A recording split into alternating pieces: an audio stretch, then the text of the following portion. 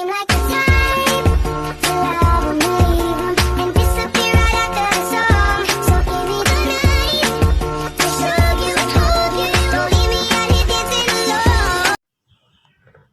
Halo, perkenalkan nama saya Emilia Manek dengan NIM 24224111257 kelas F semester 1 program studi pendidikan guru sekolah dasar.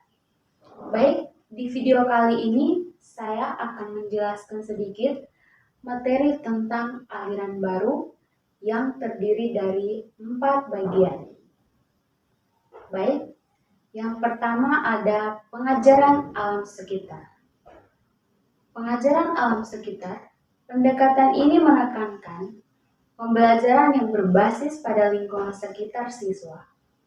Nah, konsep dasar dalam pelajaran ini adalah yang pertama, siswa belajar dari pengalaman langsung di alam atau lingkungan sosialnya.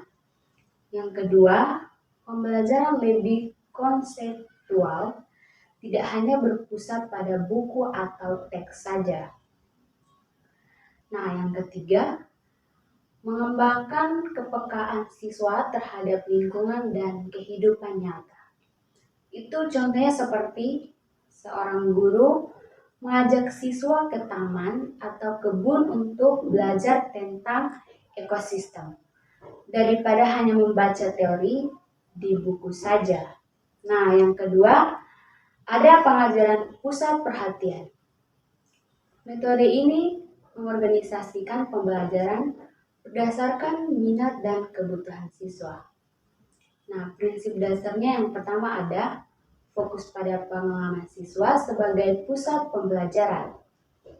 Nah, yang kedua, materi pembelajaran dikembangkan secara holistik, bukan secara terpisah-pisah. Yang ketiga, membantu siswa memahami konsep secara lebih mendalami dengan mengaitkan ke pengalaman mereka.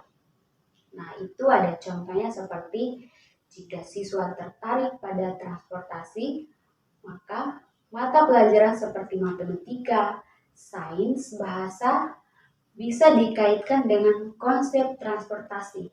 Itu misalnya seperti menghitung kecepatan pembelajaran mesin atau menulis cerita orang tentang perjalanan. Nah, di sini yang ketiga, sekolah kerja. Konsep ini menekankan bahwa belajar harus berbasis pada aktivitas nyata dan bukan sekedar teori. Beberapa prinsip adalah yang pertama, satu, siswa aktif dalam proses belajar, bukan hanya menerima informasi secara pasif. Yang kedua, kegiatan belajar mengarah pada keterampilan praktis dan kerjasama. Nah, yang ketiga, mendorong pembelajaran berbasis proyek dan kerja kelompok. Itu contohnya seperti siswa membuat produk sederhana seperti kerajinan tangan, merancang eksperimen, atau melakukan simulasi ekonomi kecil dalam kelas. Nah, yang keempat, ada pengajaran proyek. Pendekatan ini menekankan siswa untuk belajar melalui proyek yang mereka kerjakan secara mandiri atau kelompok. Nah, ciri-ciri utamanya yang pertama, siswa diberi kebebasan untuk mengeksplorasi topik tertentu dalam bentuk proyek. Yang kedua, melatih keterampilan berpikir kritis dan kerja tim. Yang ketiga, hasil belajar tidak hanya dalam bentuk teori, tetapi juga proyek atau solusi nyata. Itu contohnya seperti diminta untuk membuat taman sekolah sebagai proyek yang melibatkan aspek biologi atau pemilihan tanaman. Nah, matematika atau pengukuran lahan dan seni. Ya, seni itu seperti desain tata letak tanaman. Nah, di sini yang terakhir ada kesimpulan.